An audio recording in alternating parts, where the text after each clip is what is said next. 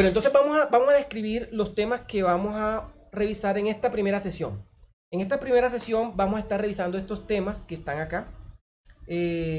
Vamos a revisar cómo se pasa de una partícula de ondas clásicas a las partículas cuánticas, qué es eso de la ecuación de Schrödinger. Aquí está la ecuación invariante en el tiempo y aquí está una ecuación donde ya la dependencia temporal no está. Una de las preguntas que hicieron fue alrededor de eso, como por qué la dependencia temporal es una exponencial compleja. Vamos a hablar un poco de eso. La función de onda cuántica. Una de las preguntas interesantes que hicieron es, bueno, pero ¿por qué una función de onda cuántica describe todas las propiedades del sistema cuántico?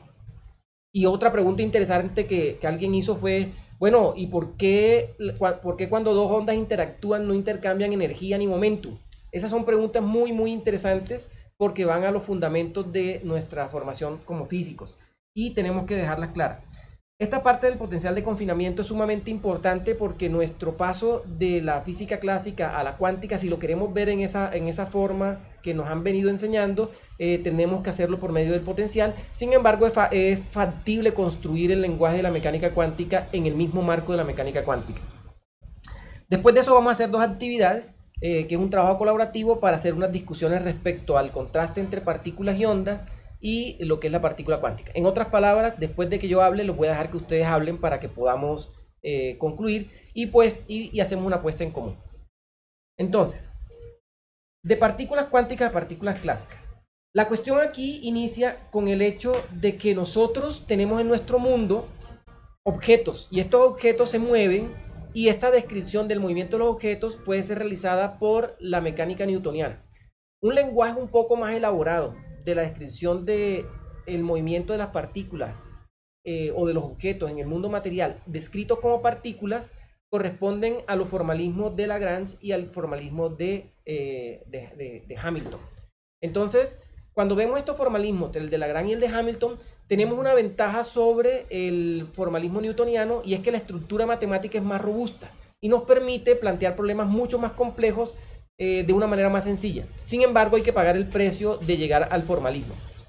Ahora, ¿qué es una partícula? Porque el corazón de la mecánica clásica está centrado en la descripción del tema de partículas. Y cuando nos referimos a movimiento de estos objetos materiales, y cuando nos referimos al movimiento de las otras perturbaciones de ciertos medios que llamamos ondas que se propagan en un medio, entonces tenemos que hacer la descripción de las ondas. Esos dos conceptos están fuertemente ligados a la descripción clásica de los objetos en la naturaleza. O describimos un objeto como una partícula o describimos los objetos como una onda. Y una partícula y una onda tienen características muy diferentes. De hecho, una partícula interactúa con otra, es decir, siente que otra está allí cuando ambas chocan. En ese momento puede haber intercambio de momentum e intercambio de energía. Y de esa forma una partícula se da cuenta que está otra partícula cerca, por decirlo en unos términos muy sencillos. Pero una onda siente a otra, por decirlo de una manera no formal, una partícula siente a otra, una onda, perdón, siente a otra simplemente cuando ellas se encuentran en el espacio, cuando ellas comparten una misma porción del espacio y coinciden en el mismo tiempo. Pero cuando dos ondas se encuentran, simplemente se superponen. La descripción de la interacción de ondas en nuestra descripción de nuestro mundo clásico se hace por medio de la superposición de ondas. Cuando nosotros queremos llegar y asociarle un momentum a una cierta onda o una cierta energía a la onda, ya comenzamos a hacer las analogías con partículas. Pero de forma esencial, nosotros describimos las ondas simplemente como unas entidades o unos constructos teóricos que representan una realidad física cuya interacción se hace por medio de la superposición en el espacio y en el mismo tiempo. Claro, aquí hay una cuestión que es muy interesante y es por qué las ondas interactúan solamente por superposición. En nuestra descripción clásica de la naturaleza describimos esos dos entes. Describimos los entes que interactúan intercambiando momentum, energía y energía y la asociamos como partícula. Y los entes donde su interacción ocurre por la superposición de lo que llamamos una función de onda, lo llamamos unas ondas. Con una característica interesante, que esas funciones de ondas tienen todas las propiedades de las ondas. Y surge una de las preguntas que hacían en alguno de los CPS. ¿Se puede considerar que una onda es la misma función de onda? Yo les coloco la pregunta en otros términos. ¿Ustedes pueden distinguir la canción favorita que más les gusta, valga la redundancia, de otra canción? ¿Y cómo saben que esa canción es la que les gusta y no otra? Se los digo por esto. Hola, profe, buenos días. Buenos días, Karen, ¿cómo estás? Bien, gracias. Dice que nosotros observamos la naturaleza, entendemos que de cierta manera hay algunos sistemas que se pueden describir o que yo les puedo asociar partículas, interacciones, y hay otros sistemas en los cuales, o hay otros fenómenos en los cuales yo les puedo asociar o puedo interpretar que están interactuando por medio de superposición, y así y hago otro tipo de análisis y otro tipo de formalismo para poder explicarlos. O sea, más o menos sería como así. O sea, yo veo la naturaleza, interpreto cómo puedo yo, o pienso cómo puedo yo interpretar ese fenómeno, y a unos pues le asigno un comportamiento de partículas y a otros de ondas, ¿sí? Exacto, sí. Y los problemas más grandes te surgen cuando quieres describir cosas como, por ejemplo, la luz o los electrones. Porque si comienzas a describir cosas como la luz o los electrones, todo se vuelve caótico. Cuando comienzas a describir la luz, que se describe bastante bien como una onda electromagnética en el marco de la teoría de Maxwell, vienen problemas serios cuando tú comienzas a mirar cómo interactúa esa luz con el mundo material. Cuando la luz arranca electrones y ya deja de comportarse como si fuera una onda y se comienza a comportar como partícula, tu descripción ondulatoria comienza a fallar. Y cosas como cuando comienzas a describir partículas, que tú esperas que los electrones se comporten como partículas y la pasas por una rejilla de difracción, o es decir, o la pasas por un metal que tiene núcleos que van a dispersarlo, y ves el patrón de difracción después. De hecho, ves un patrón de difracción en vez de ver un patrón de partículas propagándose. Entonces, ¿cómo así? Los electrones se comportan como ondas. Entonces, el problema realmente inicia cuando comenzamos a estudiar otras cosas en la naturaleza, como la luz y los electrones u otras partículas cuánticas, que tienen comportamientos de ondas o de partículas, y que ya no lo podemos describir ni como una onda ni como una partícula, porque la descripción es incompleta. Entonces podemos nosotros comenzar una discusión fuerte de que si eso es un campo o si eso es una partícula, o podemos también tener en cuenta de que sin entrar en la discusión de una teoría cuántica de campos, ni entrar en la discusión de una teoría de partículas que describa a estas partículas cuánticas, podemos llegar y decir, bueno, nosotros para poder describir la luz tenemos que tener en cuenta su naturaleza completa, que implica las componentes que describen su naturaleza ondulatoria y las componentes que describen su naturaleza corpuscular. Ese concepto de la mezcla de partícula con onda lo podríamos asociar con un nuevo concepto, que es el concepto de partícula cuántica. Entonces, una partícula cuántica tiene una función de onda que sería una representación matemática. Matemática no significa que sea una fórmula explícita, porque una canción, la música preferida de ustedes es una canción y es una ecuación matemática que está descrita en forma de datos que se almacenan en el disco duro o que se almacenan en la memoria del dispositivo para reproducirla. Esa es la función de onda que describe la canción de su preferencia. De la misma forma, las partículas cuánticas tienen su canción o su función de onda, y esa función de onda tiene las propiedades de las partículas cuánticas inmersas dentro de ella. Pero la partícula cuántica también puede intercambiar energía, también puede intercambiar momentum, y como hereda las características de la onda, se puede superponer. Entonces, al considerar el concepto de partícula cuántica, simplemente estamos diciendo, bueno, ahora la naturaleza que nosotros conocemos no la podemos describir solamente en el marco de partículas o de ondas. Ahora tenemos que introducir un nuevo elemento conceptual que lo podemos llamar partícula cuántica, que va a tener esa peculiaridad. Va a tener función de onda, va a tener energía asociada, va a tener momentum asociado, y va a poder superponerse, intercambiar energía, momentum. Esa naturaleza de estas partículas cuánticas hacen de las mismas unos entes especiales, diferentes a sus análogos clásicos, y van a hacer que se comporten de una forma diferente. Ahora bien, ¿cómo describimos estas partículas cuánticas? Ustedes ya esto lo han visto y saben muy bien que estas partículas cuánticas las podemos describir por la ecuación de Schrödinger. Esa ecuación de Schrödinger en su versión dependiente del tiempo tiene esta forma, es decir, cuando la variación temporal de la función de onda es proporcional a... es igual al hamiltoniano del sistema actuando sobre la función de onda. Aquí hay una cosa muy importante que hay que tener en cuenta, y es que esta ecuación describe la dinámica de un sistema mecánico cuántico. Y tenemos los elementos que describen a este sistema mecánico cuántico. Miren que aquí los elementos que tenemos básicamente son la función de onda. Tenemos la función de onda y aquí tenemos el hamiltoniano. Donde ese hamiltoniano tiene dos componentes en el marco clásico. Si yo escribo el hamiltoniano para el marco clásico, ese hamiltoniano va a tener una forma que es la que tenemos escrita acá, y esa es la misma forma que va a tener en el modelo cuántico. Ahora, nosotros podemos decir, bueno, pero aquí hay un gorrito que identifica el modelo cuántico y el clásico. La verdad es que el hamiltoniano clásico es una función, que es la función hamiltoniana, mientras que el hamiltoniano cuántico es un operador. Y como un operador, ese operador va a actuar sobre una función, que en este caso va a ser la función de onda.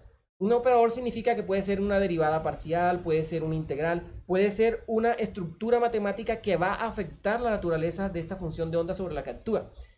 Este es el caso cuántico. En el caso clásico es simplemente una función. Ahora, lo interesante del asunto es que cuando comenzó a desarrollarse la mecánica cuántica se encontró que para números cuánticos muy grandes, donde la física clásica podría describir bastante bien los fenómenos que se describen con la mecánica cuántica, la estructura matemática, la forma matemática de la física clásica es equivalente a la mecánica cuántica. Y por eso comenzaron, con base en ese principio que se conoce como el principio de correspondencia, a trasladar lo que se conocía de la física clásica a la física cuántica, en el marco del planteamiento de las ecuaciones canónicas de Hamilton, o sea, en el marco hamiltoniano. Sin entrar en más detalles de esto, que ya esto lo han estudiado ustedes, y de hecho creo que van a ver un curso de física teórica donde van a revisar nuevamente los casos clásicos. Acá vamos a seguir con la parte cuántica. Ustedes van a tener que prestarle mucha atención a este hamiltoniano. De ese hamiltoniano hay dos partes. Una componente que básicamente describe la evolución del sistema, porque no depende de la naturaleza, o sea, es un factor dado por este operador, que es el operador momentum, y tienen otra parte que es este potencial. Este potencial que está aquí actúa como un potencial de confinamiento. Este es un potencial. Es una energía potencial. Y esa energía potencial de confinamiento, de la que hablaremos un poquito más adelante, es clave porque es la que va a hacer que un electrón se comporte diferente estando en una situación o en otra. Por ejemplo, supongan que tienen un electrón libre, o sea, tienen un electrón que obtienen tomando una placa metálica. Tienen una placa de tungsteno metálica, la calientan a 400 grados centígrados y le colocan una diferencia potencial. Es decir, le ponen el terminal negativo a esa placa de tungsteno y le ponen al frente un terminal positivo. El tema es que tienen que ser voltajes de unos 100 voltios para que puedan obtener una aceleración buena. Con eso pueden acelerar electrones. Entonces, la temperatura es para colocar la nube de electrones sobre la superficie del metal. Con eso rompen la barrera que mantiene a los electrones atados al metal. Es decir, con eso superan la función de trabajo y colocan los electrones sobre la superficie del metal. Cuando están esos electrones sobre la superficie del metal, los pueden acelerar fuera del metal. Para eso usan la diferencia de potencial. Con eso ustedes producen un rayo catódico, electrones que se mueven. Cuando estos electrones comienzan a moverse y supongan que ese electrón llega y choca con un ion, con un átomo en el aire, cuando el electrón entra al átomo, la forma que él tenía, la forma que describe el electrón viajando, es diferente a la que va a describir el electrón dentro del átomo. De hecho, si el electrón está completamente libre, ustedes saben que lo podemos describir como una exponencial compleja. Y eso describe la naturaleza cuántica del electrón propagándose como partícula libre. Pero si ese electrón entra en un orbital del átomo, y si el átomo supongamos que es un átomo de hidrógeno para mirar el ejemplo más sencillo, ese electrón ahora va a asumir una función de onda que va a corresponder con un armónico esférico. Entonces, la función de onda, es decir, la forma del electrón, la música asociada a él, depende de quién lo confine. Si lo confina un electrón, se comporta como un armónico esférico. Pero si ahí lo saco y lo meto a un sistema que vibra, entonces ya van a ser unos polinomios de Hermite. Para describirlos de tal forma de que ahora va a ser un sistema confinado en un potencial de forma parabólica. Y si yo de ahí lo saco y lo meto, lo ensanducho, o sea, lo meto dentro de una barrera semiconductora, por ejemplo en el detector semiconductor, el electrón cuando entra al detector ya no se comporta con una función de onda, ni de armónico esférico, ni de función de Hermite, ni de exponencial compleja. Miren quién da la forma, quién cambia la forma de ese electrón, quién cambia la función de onda que describe el electrón, el potencial de confinamiento. Entonces, este potencial de confinamiento que tenemos acá es esencial para calcular, para entender la naturaleza cuántica del sistema. Y de hecho, este potencial que está aquí es el que va a definir esa naturaleza cuántica del sistema. Otra cosa que es muy importante acá es que cuando nosotros tenemos un caso en el que nosotros básicamente tenemos un potencial que no depende del tiempo, sino que solamente depende de la posición, cuando yo tengo este caso y yo reemplazo este potencial en mi ecuación, en la dinámica del sistema mecánico cuántico dada por la ecuación de Schrödinger dependiente del tiempo, ¿qué sucede? Sucede que yo voy a poder desacoplar la componente temporal y la espacial. De hecho, eso sucede si ustedes hacen el reemplazo acá. Cuando ustedes introducen aquí en la función de onda un potencial de esta forma, van a tener algo de esta manera. Por la función de onda, aquí el potencial actuando sobre la función de onda. Entonces, cuando yo tengo esto actuando de esta forma, hay una situación muy particular, y es que yo estoy suponiendo que esta función de onda es una función que depende del espacio y del tiempo. Sin embargo, como yo puedo separar la componente espacial, miren que la componente espacial está solamente dada por este término, y hay una componente temporal. Bueno, este término también me va a afectar la componente espacial porque el momentum es un operador que depende de derivadas parciales del espacio. Pero acá en este término de la izquierda tengo solamente derivadas temporales. Entonces yo puedo escribir una función de esta forma, donde yo escriba una parte espacial que puedo llamar, que sería, en el caso del electrón sería el orbital, y puedo describir una parte temporal, vamos a colocarla T de T. Si yo hago esto, yo puedo desacoplar la función, y esta función quedaría de esta forma, derivada con respecto al tiempo, y aquí puedo colocar la otra,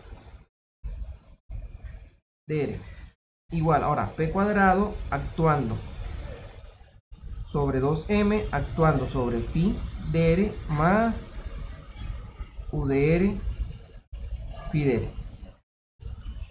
Pero miren que todo esto, permítanme subo esto un momentico. Miren que la componente temporal está desacoplada. Queda completamente desacoplada porque todo lo que está acá depende de la posición. Cuando yo hago esto, puedo desacoplar completamente las dos ecuaciones. O sea, aquí yo puedo desacoplar perfectamente las dos ecuaciones separando la parte espacial de la parte temporal. Al hacer esto, lo que obtengo básicamente es que mi parte temporal solamente va a estar descrita. Si yo miro acá, mi parte temporal va a quedar solamente descrita por este término.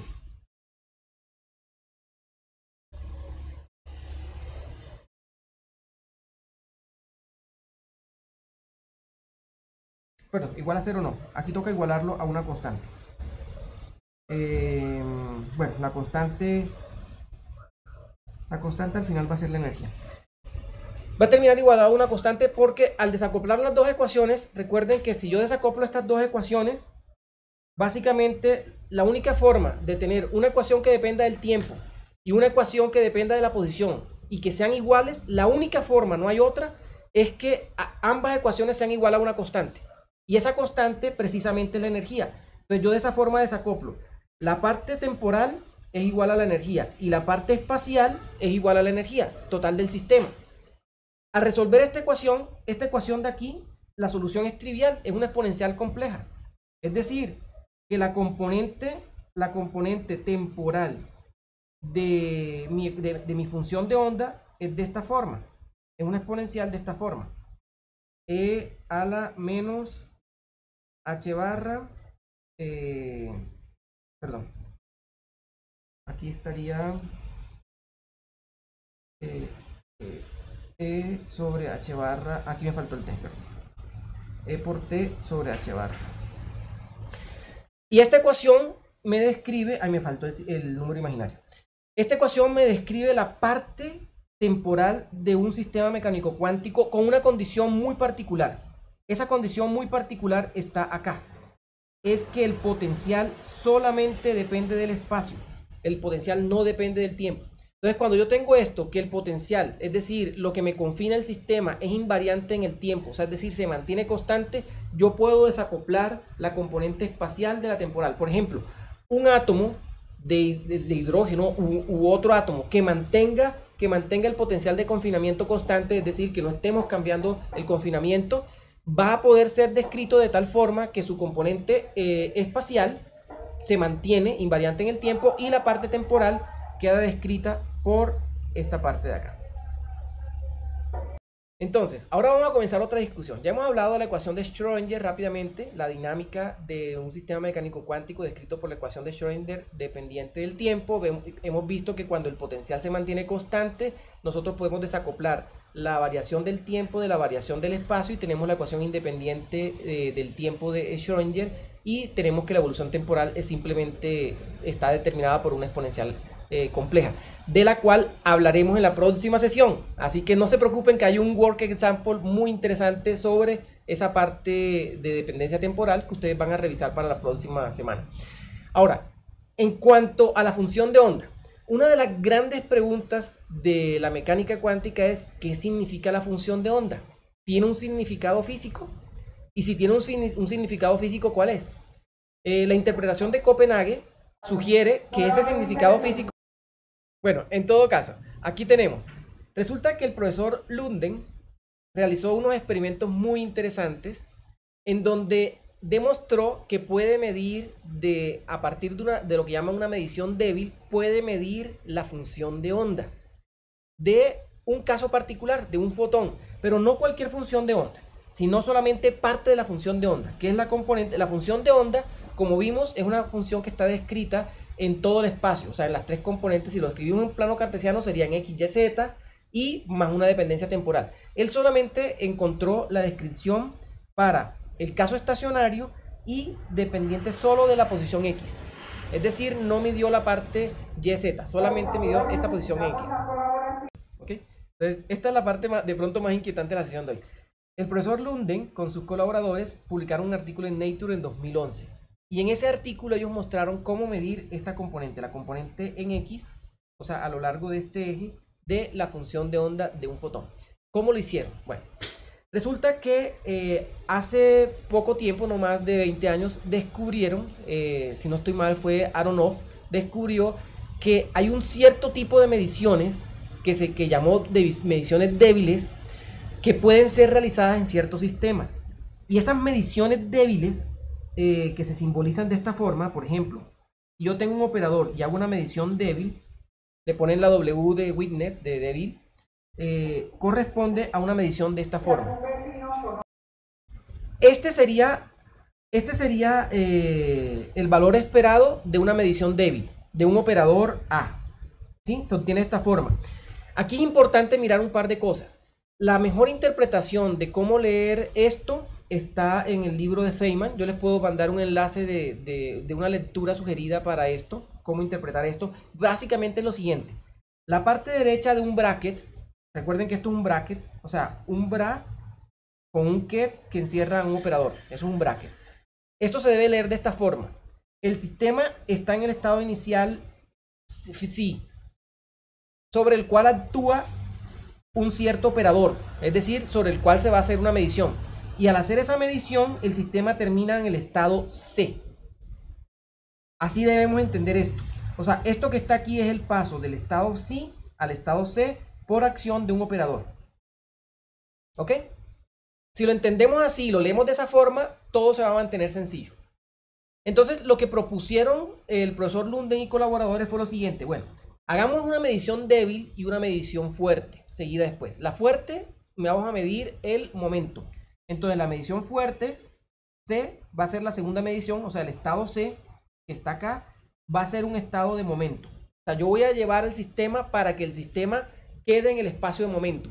Ahora miramos cómo hacemos cada cosa de esto.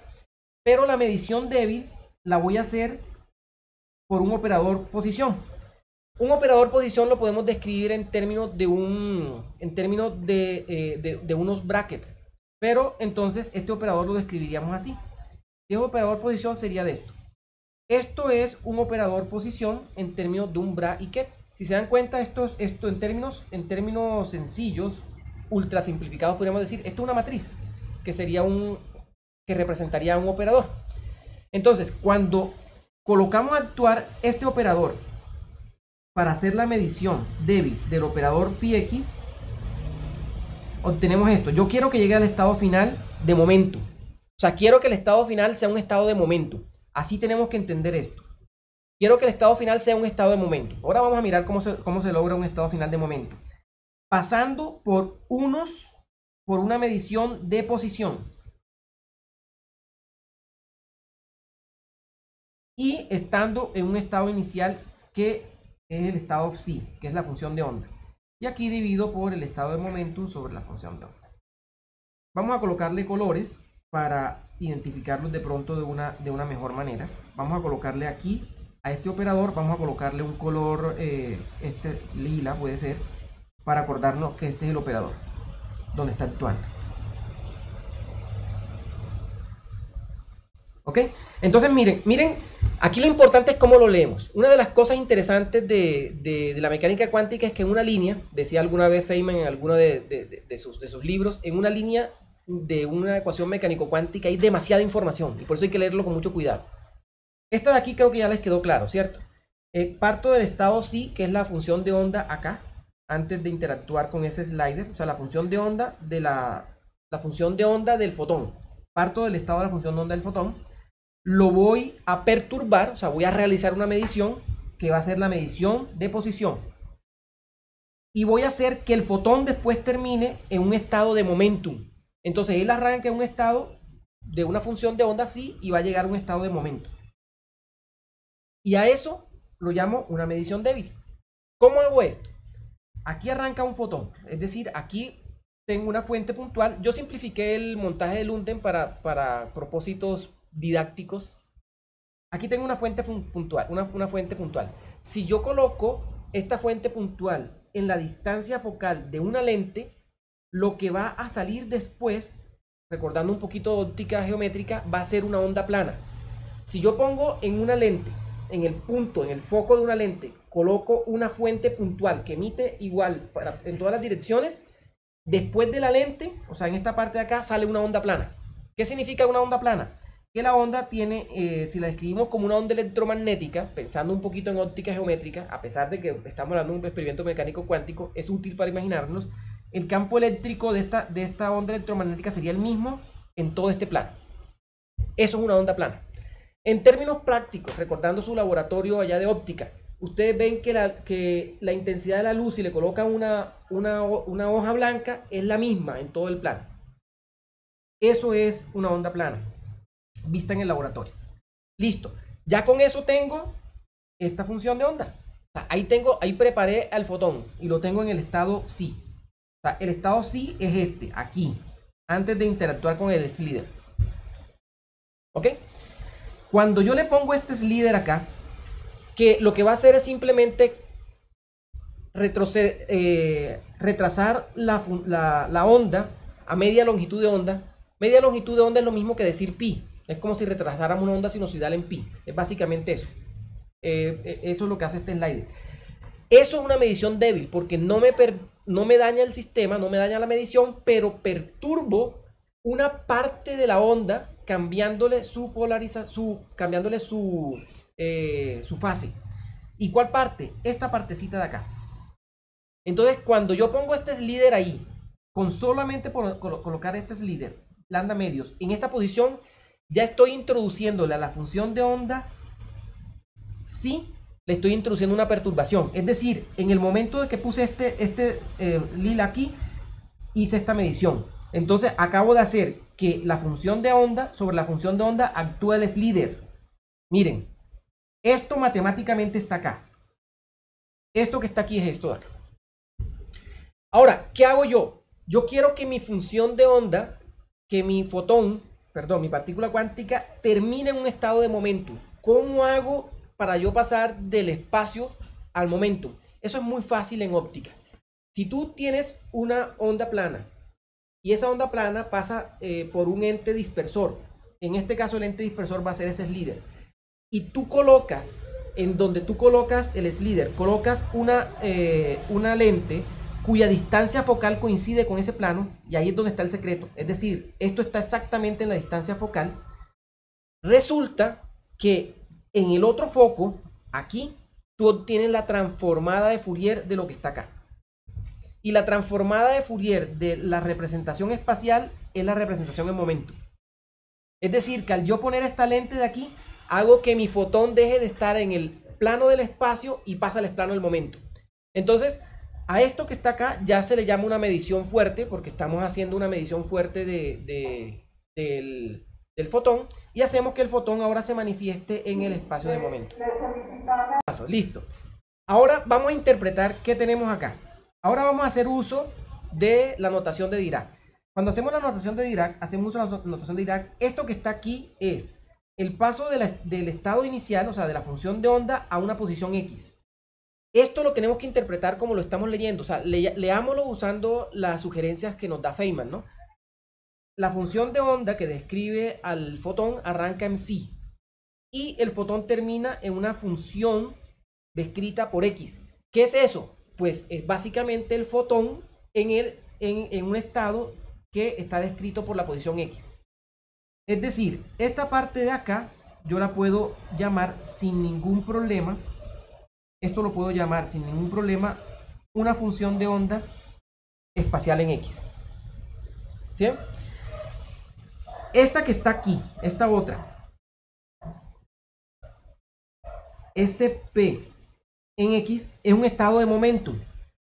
Pero los estados de momentum es, como estas funciones están cuantizadas, están normalizadas, esto que está aquí es básicamente esto, es el momentum por X sobre H barra. O sea, es una exponencial compleja que simplemente me describe, una fase que está introducida aquí por el slider. Y es muy importante, ya vamos a mirar por qué. Entonces, esta otra parte de acá es básicamente una constante. Miren que esta de acá abajo está en el espacio de momentum, porque termina en P. Esto que está aquí va a ser una constante de normalización, y esa simplemente la podemos, normalizando, que es lo que sugiere Lunden. Él sugiere, listo, esto que está acá simplemente lo podemos descartar normalizando cada función de onda. Entonces, como podemos ver, acá tenemos la función que queremos medir. Esta es la función de onda que queremos medir. Pero hay un pequeño detalle. Miren que la medición de este operador P de X no es exactamente, voy a colocarlo acá, E a la I Px sobre H barra, y aquí sobre Pfsi, y aquí me toca desaparecer un momento para que ustedes puedan ver. Perdón. Ya. Y aquí está la función de onda espacial. Entonces miren una cosa muy importante. Esto que está aquí, o sea, esta medición débil es solamente la función de onda, solamente cuando tú mides en P igual a 0. O sea, cuando haces que esto valga 1, solamente en ese momento es que esto es igual a esto. Por eso es que Lunden sugiere midamos en P igual a 0. Además, desde el punto de vista experimental es más fácil medir P igual a 0. Porque resulta que P igual a 0 corresponde con esto. Cuando ustedes hacen la transformada de Fourier, y ustedes, por ejemplo, supongan que la transformada de Fourier les da esto, en el centro del eje, aquí, lo que está en el centro del eje es P igual a 0. O sea que si ustedes se concentran en medir solamente el centro del eje, esa posición corresponde al punto P igual a 0. Entonces, básicamente, para medir P igual a 0, tenemos que restringir nuestra área de medición a solamente una parte de la imagen que obtienen acá en el foco. ¿Me hago entender? O sea, así como en la parte espacial, cada puntico de aquí corresponde a una X, en la parte de momentum, ustedes ven un punto. De hecho, ustedes hicieron un experimento en óptica física donde hacían estas transformadas de Fourier y veían una manchita así. Pues resulta que el centro de esa manchita, lo que está por acá en el centro, corresponde a P igual a 0. Entonces, si yo mido ese centro de la manchita aquí en el centro, resulta que esa medición hecha de esta forma coincide con esta cantidad. Pero hay un problema. Bueno, ¿y eso de la parte real y la imaginaria qué? ¿Sí se lo pillan? ¿Y la parte real y la imaginaria qué? Resulta que este sistema de medición tiene dos cosas. En este sistema de medición alternan. Para medir la parte real usan un lambda medios. De tal forma que este lambda medios con este lambda medios les va a dar una medición de la parte real. ¿Por qué? Ya les muestro. Y usan después un lambda cuarto para poder obtener una medición de la parte imaginaria. Entonces, esa medición de la parte imaginaria corresponde a esto. Miren, primero miremos un poquito una función de onda. Yo tengo una función sinusoidal. Voy a dibujar aquí una función sinusoidal en el tiempo. Discúlpenme un momento, o sea, me estoy saliendo un poco, aparentemente me estoy saliendo del tema, pero es absolutamente necesario para poder mostrarles esto. Si yo tengo una función sinusoidal, por ejemplo, algo así, esta función sinusoidal la he dibujado a propósito con un cierto ángulo de fase. Vamos a llamar a este ángulo de fase así, de esta forma. Esta función de onda tiene dos componentes. Una componente que está en fase con una señal sinusoidal. O sea, si yo dibujo una función sinusoidal que tenga la misma frecuencia de esto. Y además de eso voy a dibujar una función coseno. Bueno, esa no se ve muy bien. Vamos a dibujarla de pronto amarilla. Y yo dibujo una función coseno.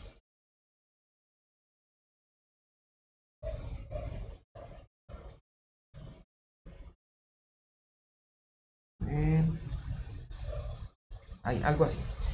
Resulta que yo puedo, al hacer una multiplicación de la función coseno de omega t por la señal que tengo, vamos a suponer que esta es mi señal x de t.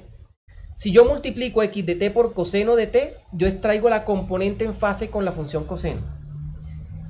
Y si yo multiplico por la componente en fase con seno de omega t, obtengo la componente en fase con la función seno. Esto es una tarea que a ustedes les sugiero que la hagan. Es decir, si yo llego y hago esto, si yo hago x de t multiplicado por coseno de omega t, tengan en cuenta que x de t es exactamente seno de omega t menos el ángulo que coloqué acá. Perdón, más el ángulo que coloqué acá. Entonces, si yo llego y multiplico esta función por la componente coseno, voy a obtener la función que está en fase con la componente coseno. Pero ¿cómo lo obtengo?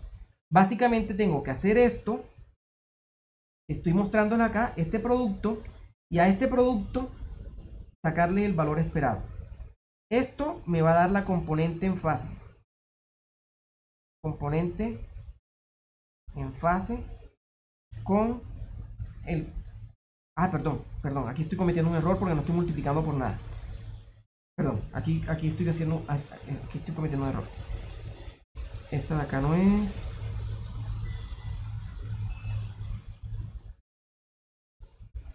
Esta no. Es esto de acá arriba. Voy a pasarla mejor para acá abajo.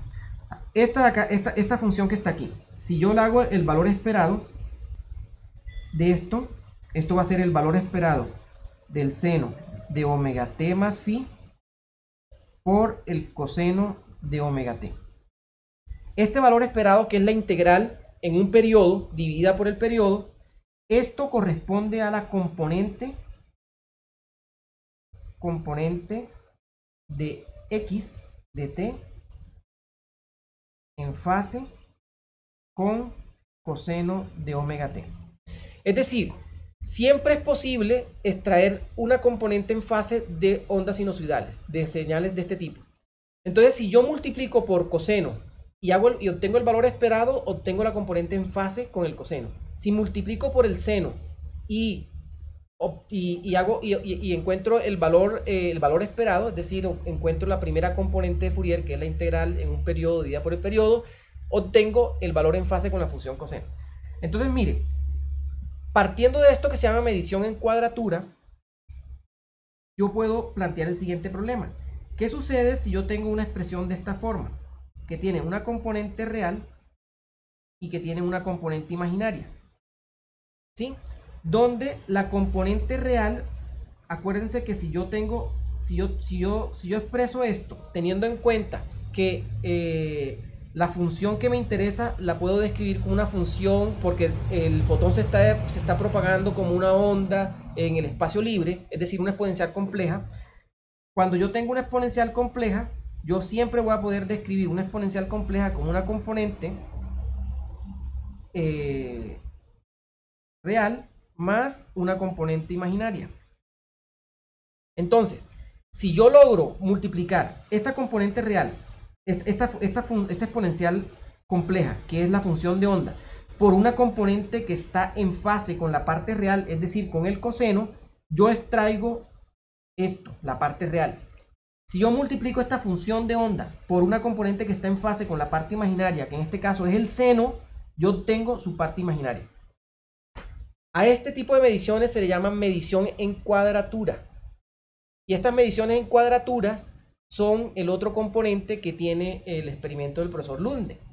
El experimento del profesor Lunde tiene ese componente. Entonces, cuando él llega y coloca aquí el lambda medios, el retardo de lambda medios, básicamente está colocando una función que está en fase con la misma señal de acá. Por eso corresponde a la componente real. Y la componente que está desfasada a 90 grados, recuerden que lambda cuartos es 90 grados. La componente que está retrasada a 90 grados corresponde con la componente en cuadratura, es decir, con la parte imaginaria. Por eso es que hace una medición. Una en fase con el mismo desfase que le introdujo acá y la otra a 90 grados. Este es el otro tema del que quiero que hablemos. El potencial de confinamiento, tienen que entenderlo como el potencial que confina a la partícula cuántica. Ahora, una cuestión importante aquí en este potencial de confinamiento, si yo escribo la ecuación de Schrödinger, por ejemplo, para una dimensión, la ecuación de Schrödinger para una dimensión, para una partícula de masa m, estaría dada por esta ecuación.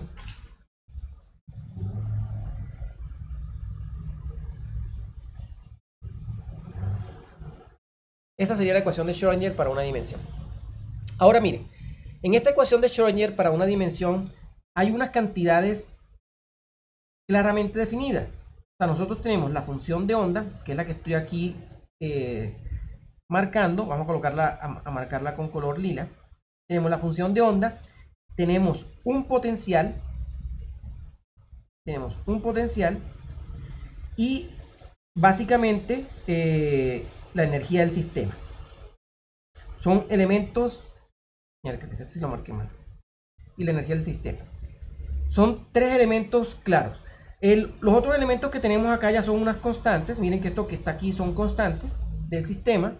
Y esta es parte de la ecuación como tal.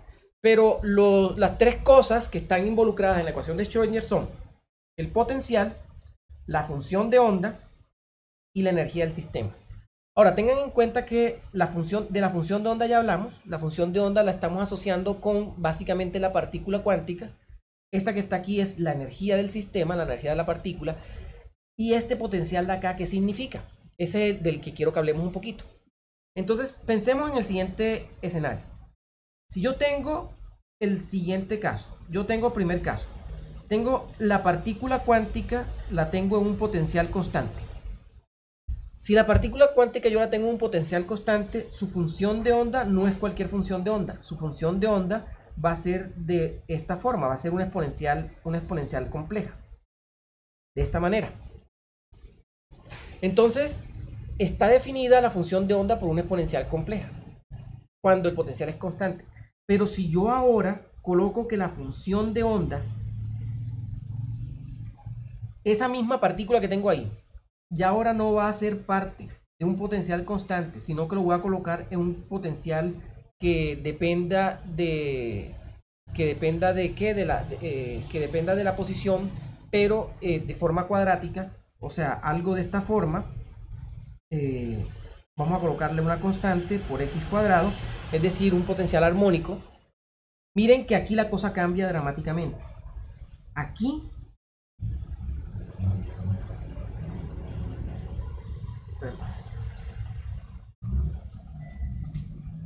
si yo tengo un potencial de esta forma, este sería mi potencial nuevo.